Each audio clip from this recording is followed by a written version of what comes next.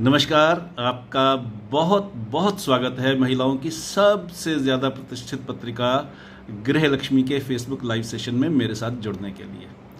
मुझे एक घटना याद आती है। तब अभी मैं जॉब में था और हिमाचल प्रदेश के प्रसिद्ध अखबार दिव्य हिमाचल में डायरेक्टर मार्केटिंग था। मेरे कलीग का 15-16 साल का बेटा अपने एक दोस्त के घर से कीमती पेन उठा लाया। घर आकर जब वो पेन अपनी अलमारी में रखने लगा तो उसके पापा ने देख लिया और पेन को छुपाने की उसकी कोशिश के ढंग से ही वो समझ गए कि उनका बेटा अपने दोस्त की जानकारी के बिना उनके घर से पेन उठा लाया है। उन्होंने सख्ती से पूछताछ की तो सब सामने आ गया। बच्चे की गलती सामने आने पर उन्होंने उसे एक थप्पड़ जड़ा। उसके साथ उसके दोस्त के घर खुद गए, माफ़ी मांगी और पेन वापस करके आए। उसके बाद उनके बेटे ने इतना अपमानित महसूस किया, इतना ह्यूमिलिएटेड महसूस किया कि उसने लगभग 2 महीने तक अपने पिताजी से बात नहीं की, अपने पापा से बात नहीं की। उसे ज़्यादा गुस्सा इस बात का था कि उसके दोस्त के घर में सबको पता चल गया कि उसने उनके घर से पेन चुराया था और वो उन सब की नज़रों में चोर साबित हो गया।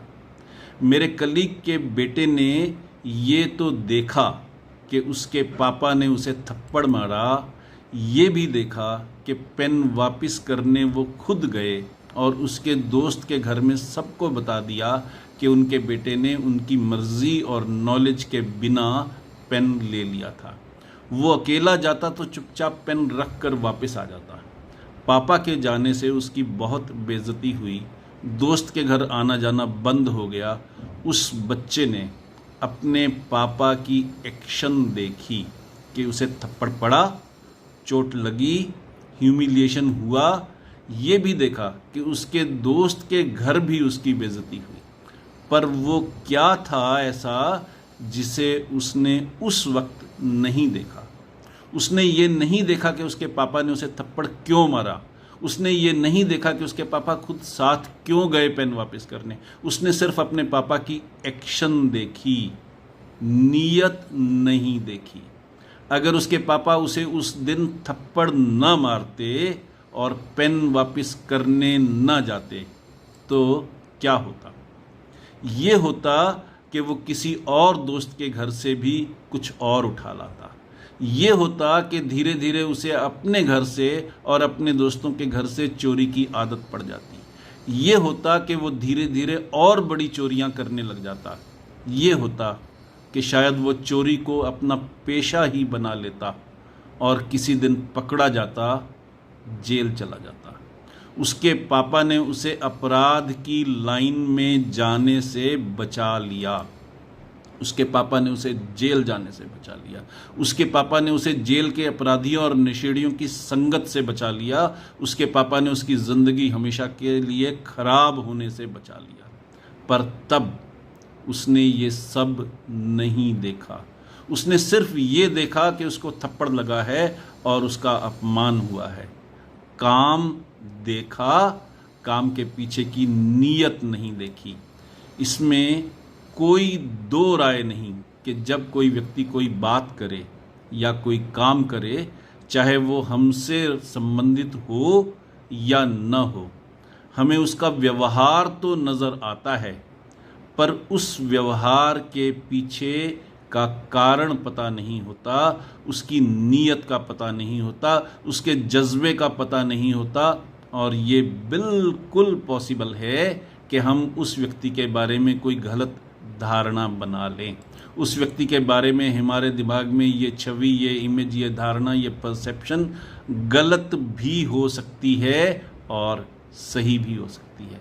हो सकता है कि किसी व्यक्ति ने कोई ऐसा काम किया जो हमें बहुत बुरा लगे और हम उस व्यक्ति को विलेन मान लें, जबकि वो अपने जीवन में अदरवाइज बहुत अच्छा हो। ये भी हो सकता है कि किसी व्यक्ति ने कोई ऐसा काम किया जो हमें बहुत अच्छा लगे और हम उसे एक बढ़िया आदमी मान लें, जबकि असल में वो कोई बहुत खुराफाती शख्स हो। इसलिए कोई धारणा, कोई परसेप्शन, कोई बायस बनाने की इस जल्दबाजी से बचेंगे तो जीवन में ज़्यादा धोखा नहीं खाएंगे।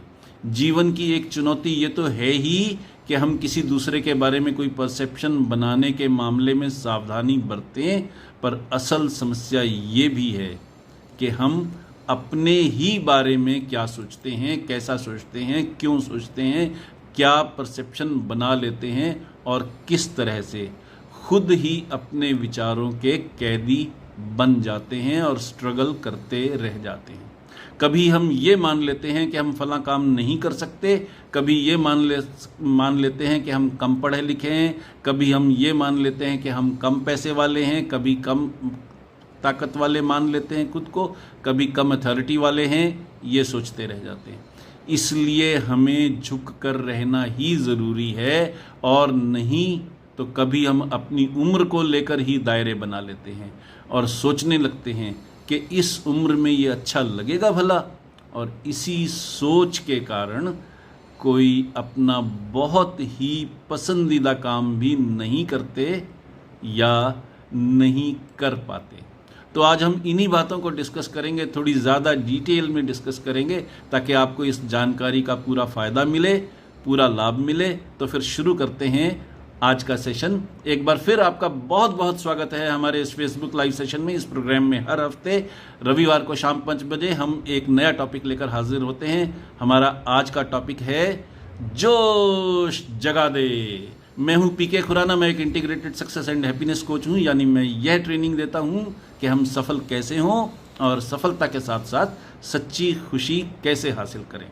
Holistic success coupled with genuine happiness. और इस प्रोसेस में मैं दिल से, दिमाग से, आत्मा से कूड़ा चुन लेता हूँ। I am the rag picker of the soul. मैं प्रवचन नहीं देता, भाषण नहीं देता। मेरे अपने जीवन में जो गुजरा होता है, उससे जो सीख मिलती है, मैं बस वही आपसे शेयर करता हूँ, और इस उम्मीद में शेयर करता हूँ कि मेरे जीवन से जो सीख मुझे इतने साल गंवा कर मिली है, वो आपको तुरंत मिल जाए। और इसके लिए हमें गृह लक्ष्मी की पूरी टीम का शुक्रगुजार होना चाहिए कि गृह लक्ष्मी ने हमें एक ऐसा कारगर प्लेटफॉर्म दिया है जहां हम और आप इकट्ठे होकर एक दूसरे से सीख सकते हैं। मैं तो जीवन के वो सबक सिखाता हूं जिससे आप सब जीवन में आगे बढ़ सकें, सफल हो सकें, जॉब में हो तो प्रमोशन पा सकें, और बिजनेस में हो तो बिजनेस और भी बढ़ा सकें। लेकिन मेरा काम यहीं ख़त्म नहीं होता। मैं जो कुछ भी सिखाता हूँ उसका बेसिक प्रिंसिपल ये है कि आदमी सफल हो, पर सफलता के चक्कर में घुन बनकर पिस ना जाए, सफलता के चक्कर में सेहत ना गंवा दे, सफलता के चक्कर में खुशियों से महरूम ना हो जाए, और सफलता के कारण इतना अहंकारी या ईगोइस्टिक ना हो जाए कि उसके रिश्ते ही खराब हो जाएं, और सफलता के कारण उसे इतना गुमान ना हो जाए कि वो कंट्रोल से बाहर होकर अनाप शनाप काम करने लग जाए, इमोरल काम करने लग जाए, इलीगल काम करने लग जाए, और जेल जाने की नौबत आ जाए। इसीलिए मैं ये भी कहता हूँ कि मैं दिल से, दिमाग से और आत्मा से कूड़ा चुन लेता हूँ। I am the rag picker of the soul. आपको ये भी मालूम है कि आप सबके लाभ के लिए गृह लक्ष्मी की ओर से इस प्रोग्राम को रिकॉर्ड भी किया जा रहा है, ताकि आप जब चाहें इसे दोबारा भी देख सकें, या फिर आप हमारे YouTube चैनल हैप्पीनेस गुरु पीके खुराना पर भी इसे देख सकती हैं। तो आइए आज के टॉपिक की बात करते हैं। और जैसा कि आपको मालूम ही है कि आज का टॉपिक है जोश जगा दे। आज सबसे पहली बात तो मैं आपको ये कहना चाहूँगा कि उम्र का ख्याल छोड़कर जो काम आप करना चाहते हैं उनकी तरफ ध्यान दें।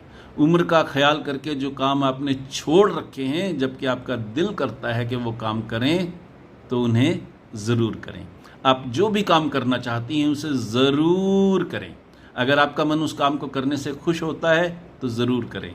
यहाँ लिमिटेशन सिर्फ ये है कि आपके उस काम से किसी को नुकसान न हो, अपमान न हो, कोई इमोरल काम ना करें, कोई इलीगल काम ना करें। वो काम करने से खुद आप या आपके परिवार आपको किसी मुसीबत का सामना न करना पड़े। उम्र दराज होने का मतलब ये नहीं है कि आप डांस नहीं कर सकती। उम्र दराज होने का मतलब ये नहीं है कि आपकी शॉपिंग बंद हो जाए। उम्र दराज होने का मतलब ये नहीं है कि आप रंगीन या फैशनेबल कपड़े पहनना बंद कर दें। आप वेस्टर्न ड्रेस पहने या एथनिक पहने, अंग्रेजी रंग ढंग के कपड़े पहने या हिंदुस्तानी मिजाज के कपड़े पहने, ये आपकी चॉइस है। आपकी ही चॉइस होनी चाहिए। उम्र के चक्कर में खुद पर बंधन न लगाएं। मैं एक बात तो दावे से कह सकता हूं कि आप जो भी काम करें, शुरू में हो सकता है कि किसी को अजीब लगे, ये पॉसिबल है।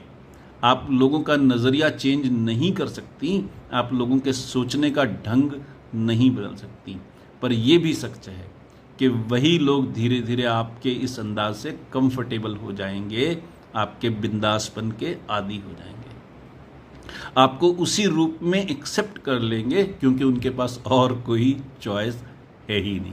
ये तो हो सकता है कि वो लोग खुद आपका लाइफस्टाइल फॉलो ना करें, लेकिन आप जिस रूप में हैं वो उसे तो एक्सेप्ट कर ही लेंगे। ट्राई करके देखिए। पर आप खुद पर खुद ही बंधन लगा लेंगी तो फिर कुछ नहीं बदलेगा। हमारे समाज में महिलाओं पर तो वैसे ही बहुत बंधन हैं। कुछ एडिशनल बंधन अगर आपने और भी लगा लिए तो जीवन बहुत छोटे दायरे में सिमट कर रह जाएगा। इसलिए बंधन तोड़िए, आप पुरुष हों या महिला हों, बंधन तोड़िए, बिंदास जीने का तरीका सलीका अपनाइए। दुनिया की परवाह इतनी सी कीजिए कि आपके कारण आपका, आपके परिवार का या किसी और का नुकसान ना हो, अपमान ना हो, आपका काम इमोरल ना हो, इलीगल ना हो। अब मैं एक और बात बताना चाहता हूँ। ये सेशन खास करके स्पेशली पुरुषों और महिलाओं के लिए बहुत लाभदायक है। शुरुआत मैं उस बात से करूँगा जो महिलाओं से संबंधित है, पर आगे का सारा सेशन महिलाओं और पुरुषों के लिए बराबर लाभदायक है। तो मैं जो बताना चाह रहा था वो ये था कि पिछले हफ्ते मेरे पास 7 अलग अलग लेडीज़ के फ़ोन आए और उन सब का एक ही सवाल था कि वो घर की इनकम बढ़ाने के लिए कुछ करना चाहती हैं, और अगर घर में रहकर ही कुछ हो सके तो बहुत बढ़िया होगा। तो मेरा सजेशन क्या है? उन सब का सवाल था कि क्या वो घर में रहकर कोई बिज़नेस शुरू कर सकती हैं, क्या उनको ग्राहक मिल जाएंगे। उन सब के हालात समझकर मैंने उनको अलग अलग किस्म की सलाह दी। पर एक जनरल कॉमन सलाह की बात करूं तो मैं आपको आज एक बहुत काम की टिप देने वाला हूं। मैंने उन सब को एक कॉमन बात कही कि अगर आपका कोई शौक है तो उसे कुछ ऐसा ट्विस्ट दीजिए कि वो यूनिक इनोवेशन बन जाए, और फिर उस शौक को प्रोफेशन में बदल दीजिए। मसलन अगर आपको कुकिंग का शौक है तो आप प्रयोग ये कीजिए कि चाइनीज़ फूड को इंडियन तरीके से मिलाकर क्या नया बन सकता है। समोसा बनाना हो एग्जाम्पल के लिए तो उसे सिर्फ नमकीन रखने के बजाय खट्टा मीठा बनाइए। किसी में सिर्फ मिर्ची तेज कर दीजिए, किसी में गुड़ डाल दीजिए, किसी में ड्राई फ्रूट डाल दीजिए, किसी में किशमिश डाल दीजिए। कितनी वैरायटीज़ बन सकती हैं। इमेजिनेशन का प्रयोग कीजिए, थोड़ा उल्टा सीधा करके देखिए कि क्या नया बन सकता है। गोलगप्पा यानी पानी पूरी के लिए 4-5 अलग अलग तरह के फ्लेवर का पानी बनाइए, उसमें डाले जाने वाले मसाले के अलग अलग फ्लेवर तैयार कीजिए। इमेजिनेशन का कोई अंत नहीं है, इनोवेशन का कोई अंत नहीं है। और सबसे बड़ी बात यह है कि इनोवेशन है बहुत आसान, सिर्फ सोचने की बात है, थोड़ी सी कल्पना की ज़रूरत है। सिलाई, कढ़ाई, कुकिंग, अचार शरबत बनाना, पेंटिंग जैसी आसान सी चीज़ें बनाना शुरू कर दें। सिखाना हो तो सिखाना शुरू कर दें, कोचिंग सेंटर बन जाएगा, या फिर सामान बनाकर बेचना शुरू कर दें। बस ये ध्यान रखें कि शुरू में पेशेंस रखनी पड़ेगी। ग्राहक एकदम से नहीं मिलेंगे, नाम धीरे धीरे बनेगा, पर बनेगा ज़रूर। और एक बार नाम बन गया तो फिर ग्राहकों की कोई कमी नहीं होगी। ये मैंने सिर्फ उदाहरण दिया है। आप इस तरह के हुनर के साथ बिजनेस भी शुरू कर सकती हैं और जॉब भी कर सकती हैं, किसी पार्टनर के साथ मिलकर इकट्ठे भी काम कर सकती हैं। क्या सबसे ज़्यादा सफल रहेगा, ये आपके हालात और सोच और स्किल्स पर निर्भर करता है। मैंने आपको क्लू दे दिया। यहाँ दो बातें और समझने वाली हैं। पहली ये कि आप अपनी स्ट्रेंथ को एनकैश करें, और दूसरा, जो स्ट्रेटजी सफल हो रही हो उसे लगातार दोहराती रहें। स्वीडन के रहने वाले रेसर गुंडर हैग ने 4 मिनट और 1.5 सेकंड से कुछ कम समय में, दरअसल 4 मिनट और 1.4 सेकंड में 1 माइल की रेस कवर की। सन 1940 से 1945 के दौरान उन्होंने 1 डजन से भी ज़्यादा नए रिकॉर्ड बनाए और अब बहुत था उनका। समझने वाली बात यह है कि आज हम सचिन तेंदुलकर को क्रिकेट का भगवान मानते हैं, तब गुंडर हैग का ऑरा उससे भी कहीं ज़्यादा बड़ा था। तो जिसने 1 दर्जन से भी ज़्यादा नए रिकॉर्ड बनाए हों वो तो खुदा बन ही जाता है। गुंडर हैग का ऑरा बहुत था, वो एथलेटिक्स के भगवान माने जाते थे। अपने ही रिकॉर्ड को उन्होंने कई बार तोड़ा था और 1 मील की दूरी को दौड़ कर तय करने का उनका सबसे बढ़िया रिकॉर्ड 4 मिनट और 1.5 सेकंड का था। रिजल्ट ये हुआ कि उस समय के साइंटिस्टों ने, ट्रेनर्स ने, कोचेस ने, साइकोलॉजिस्ट ने मान लिया कि दुनिया का कोई भी आदमी 4 मिनट से कम टाइम में 1 माइल की दूरी तय नहीं कर सकता।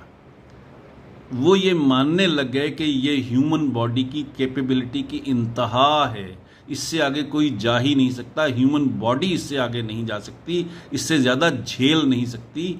अगर कोई कोशिश करेगा तो हार्ट अटैक हो जाएगा, पसलियाँ टूट जाएंगी। चूँकि सब इसे सच मानते थे, इसलिए हर कोई इस बात को सच मानता था और दूसरों के सामने दोहराता भी था।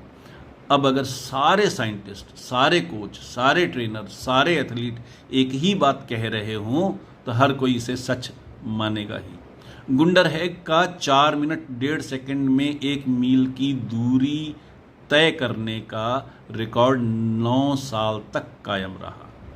9 साल तक यह रिकॉर्ड बरकरार रहा। उसके बाद सन 1954 में इंग्लैंड के शहर हैरो में जन्मे एक शख्स ने, जिनका नाम सर रोजर गिलबर्ट बेनिस्टर था, उन्होंने 3 मिनट और 59.5 सेकंड में 59.5 सेकंड्स में 1 मील की दूरी तय करके गुंडर हैग का रिकॉर्ड तोड़ दिया। डिफरेंस कितना था दोनों रिकॉर्ड्स में? जस्ट 2 सेकंड्स, सिर्फ 2 सेकंड का अंतर था। लेकिन बड़ी बात यह थी कि वो 4 मिनट से कम समय में रिकॉर्ड पूरा हुआ था। फिर उसके बाद 26 अलग अलग एथलीट्स ने, अलग अलग रेसर्स ने 66 टाइम्स वो रिकॉर्ड तोड़ा। सवाल ये है कि 1954 में कोच अच्छे थे या रेसर अच्छे थे? जी नहीं, कुछ भी नहीं। बस मन का वहम खत्म हो गया कि 4 मिनट से कम टाइम में 1 मील को कवर कर पाना पॉसिबल है। एक और बात बताता हूँ आपको। मेरे एक मित्र हैं श्री पंकज सेतिया, उनकी धर्मपत्नी शीनू एक पायलट थी और बहुत अच्छी डांसर और सिंगर है। डांसिंग में उनका करियर परवान चढ़ रहा था कि उनका एक बहुत खतरनाक एक्सीडेंट हो गया। उन्हें स्पाइनल कॉर्ड और हेड इंजरी हुई और वो कोमा में चली गई। 2 महीने तक कोमा में रहने के बाद जब वे होश में आईं तो उन्होंने फिजियोथेरेपी के बाद स्टिक की सहायता से चलना शुरू किया। 45 इयर्स की एज में भी वो आज भी स्टिक की सहायता से ही चल पाती हैं। एक्सीडेंट के कारण अब न तो डांस पॉसिबल था न पायलट बने रहना, पर दिल नहीं छोड़ा। सिंगिंग की ओर ध्यान दिया, रियाज किया। चन्न मखना उनका पहला गाना है जो पंजाबी में है और इतना स्वीट और पेपी है कि शादी जैसे खुशी वाले फंक्शन में हर आदमी नाचने को मजबूर हो जाता है। ये इतना पॉपुलर सॉन्ग है कि यूट्यूब पर लोगों ने इसे हज़ारों बार डाउनलोड किया है। टी सीरीज़ और पीटीसी चक दे के कोलैबोरेशन से इस गाने ने पंजाबी म्यूज़िक इंडस्ट्री में धूम मचा रखी है। तो सवाल ये है कि आप सफल कब होते हैं? आप लगातार सफल कब होते हैं? True success is overcoming the fear of being unsuccessful. बहुत काम की बात है, ध्यान से सुनिएगा। True success is overcoming the fear of being unsuccessful. असफल होने के डर पर काबू पा लेना सच्ची सफलता है। जब आपको असफल होने का, फेल होने का डर खत्म हो जाता है तो आप सफल होना शुरू हो जाते हैं, सफल हो जाते हैं। ये सच्ची सफलता है, ये सफलता का पहला मंत्र है। हमने 2 पॉइंट्स पर बात की थी। एक तो ये कि सफलता है क्या, कैसे आती है, वो मैंने बता दिया कि असफलता का डर चला जाए तो सफलता आनी शुरू हो जाती है। अब अगला सवाल है कि लगातार सफल कैसे होते रहें, बार बार सफल कैसे होते रहें, हर नए काम में सफल कैसे होते रहें। पर दूसरे पॉइंट पर आने से पहले मैं एक और एग्जाम्पल देना चाहूँगा जिससे आपको फेलियर के डर वाली बात पूरी तरह से समझ में आ जाए। सालों पहले लंदन के हाइड पार्क में एक साइकोलॉजिस्ट की देखरेख में एक एक्सपेरिमेंट किया गया। हाइड पार्क में बच्चों के चढ़ने के लिए बहुत सारे पेड़ उगा दिए गए। ये पेड़ ऐसे थे जो बहुत लंबे होते हैं। इन ऊंचे ऊंचे पेड़ों की डालियों पर रस्सियां लटका दी गई। बच्चे उन पर चढ़कर लटक सकते थे, झूल सकते थे। वहाँ कुछ झूले भी इसी तरह के लगाए गए जो एडवेंचरस थे, यानी बच्चों की उम्र के लिहाज से ये खेल दिखने में थोड़े ज़्यादा खतरनाक थे। शुरू में पेरेंट्स वहाँ अपने बच्चों को लेकर आते, बैठकर आपस में गपशप करते और बच्चे पेड़ों पर चढ़ते, झूले झूलते या अपने मनपसंद के दूसरे खेलों में बिजी हो जाते। पर जल्दी ही उस पार्क को लेकर पेरेंट्स ने प्रोटेस्ट करना शुरू कर दिया, क्योंकि अक्सर बच्चे एक्सीडेंट का शिकार होने लग गए और अपने हाथ पांव तुड़वाने लग गए। फिर वहाँ पेरेंट्स की एंट्री पर पाबंदी लगा दी गई। जवाब में पेरेंट्स ने अपने बच्चों को उस पार्क में जाने पर पाबंदी लगा दी। पर बच्चे तो बच्चे हैं जी, वो अपने पेरेंट्स की नज़र बचाकर वहाँ आ ही जाते और अपने मनपसंद के खेल खेलते। मज़ेदार बात ये है कि पेरेंट्स का आना बंद होते ही एक्सीडेंट्स एकदम से ख़त्म हो गए। छोटी मोटी चोटों की बात छोड़ दें तो बस एक बार एक बच्चे के पैर में मोच आई। जब मदर्स बच्चों के साथ आती थी तो वे बराबर ये ना करना, वो ना करना, ये तो बड़ा खतरनाक है, ऊपर मत चढ़ना, नीचे उतरो वगैरह वगैरह चिल्लाती रहती थी। नेचुरली बच्चे उन नसीहतों से चिढ़ जाते थे और वो सोचने लगते थे, अच्छा मैं अपनी मम्मी को कुछ करके दिखाता हूँ। इस धुन में वो अपनी औकात से ज़्यादा ऊपर चढ़ जाते थे। अब एक तो वो ज़्यादा ऊपर चढ़ गए, दूसरी तरफ मम्मी गिर जाओगे चिल्लाए जा रही है। इस चिल्लपों से वो बौखला जाते थे और धमाके से नीचे गिर पड़ते थे। अब उन मदर्स को लगता था कि उनका डर सच साबित हुआ कि बच्चा अभी इतना बड़ा नहीं हुआ कि अपना भला बुरा सोच सके, जबकि असल बात ये थी कि एक्सीडेंट हुआ ही मदर्स के कारण। जाहिर है कि बच्चों को खुद फैसला करने दिया जाए तो वो एडवेंचरस काम उतना ही करते हैं जितना उनकी औकात में हो। खेल में और लाइफ में भी बच्चे जोखिम उठाना चाहते हैं, पर उन सिचुएशंस में वो दिमाग ठंडा रखकर खुद को बचाना भी जानते हैं। मैं एक और उदाहरण देता हूँ। क्या आपने कभी किसी छोटे बच्चे को सीढ़ियाँ उतरने की कोशिश करते हुए देखा है? एक छोटा बच्चा भी जब सीढ़ियाँ उतरने की कोशिश करता है तो अगर वो सीधा रहकर सीढ़ियाँ न उतर पाए तो एक आध बार की कोशिश के बाद वो पलटकर घुटनों के बल उल्टा होकर उतरने की कोशिश करेगा, और फिर भी न उतर सकता हो तो हेल्प के लिए आवाज़ लगाएगा। ये एक नेचुरल प्रोसेस है। नेचर ने बच्चों में एहतियात बरतने की यह भावना जन्म से ही भरी है, जिसमें अक्सर पेरेंट्स नहीं समझ पाते। जैसे जैसे बच्चा बड़ा होता है उसमें ये समझ और बढ़ती जाती है, और जब बच्चे पार्कों में जाकर खेलने लायक हो जाते हैं तो अक्सर वो इतने समझदार होते हैं कि अपने बचाव कर सके। पेरेंट्स डरे रहेंगे तो बच्चों को डराते रहेंगे और बच्चों का सेल्फ कॉन्फिडेंस कम हो जाएगा। मेरे ख्याल से अब वो समय आ गया है जब पेरेंट्स को ये समझ लेना चाहिए कि डर के आगे जीत है। अनसक्सेसफुल हो जाने का डर सक्सेस के रास्ते की सबसे बड़ी रुकावट है। ये बात जितनी बच्चों पर लागू होती है उतनी ही हम बड़ों के लिए भी सच्ची है। अब हम आते हैं अगले पॉइंट पर कि सफल हो गए, एक बार सफल हो गए, लेकिन बार बार कैसे सफल हों, लगातार कैसे सफल हों, लगातार कैसे सफल होते रहें कि कोई ये ना कहे कि एक बार तो तुक्के से सफल हो गए थे, किस्मत से सफल हो गए थे या किसी और कारण से सफल हो गए। तो आइए अब इस खास मंत्र को समझने की कोशिश करते हैं। लगातार सफल होते रहें, अपनी सफलता दोहराते रहें, ये भी एक बहुत बड़ा गुर है और बहुत आसान भी है। मैं बताता हूँ। शतरंज की फील्ड में एक बहुत बड़े वर्ल्ड चैंपियन हुए हैं गैरी कास्परोव। हर बार जीतते थे, बड़े से बड़े खिलाड़ियों को हरा देते थे। उनका इंटरव्यू हुआ, इंटरव्यू करने वाले ने पूछा कि आपकी जीत का राज क्या है, कैसे आप हर बार हर दूसरे खिलाड़ी को हरा देते हैं, जबकि कई बार ये लगता है कि आप बस अब हारे कि अब हारे। तो गैरी कास्परोव ने बड़े विश्वास से कहा कि लोग सफलता और असफलता के बीच अंतर करना नहीं जानते। असफलता से सीख लेकर आप सफल हो सकते हैं, पर सफलता से सीख लेकर आप लगातार सफल होते रह सकते हैं। मैं दोहराता हूँ, असफलता से सीख लेकर आप सफल हो सकते हैं, पर सफलता से सीख लेकर आप लगातार सफल हो सकते हैं। मैं इसका खुलासा कर देता हूँ, यानी इस स्टेटमेंट को आसान बना देता हूँ ताकि आपको ये समझ में आ जाए और किसी दूसरे को भी समझाना आसान हो जाए। गैरी कास्परोव ने कहा कि मैं जब भी शतरंज के गेम में, चेस के गेम में खुद को कहीं फंसा हुआ महसूस करता हूँ तो मैं ये याद करता हूँ कि पिछली बार जो मैंने मैच जीता था उसमें कौन सी चाल चली थी, कौन सी मूव चली थी, कौन सी विनिंग मूव थी। उस विनिंग मूव को याद करके मैं उस मूव को फिर दोहरा देता हूँ।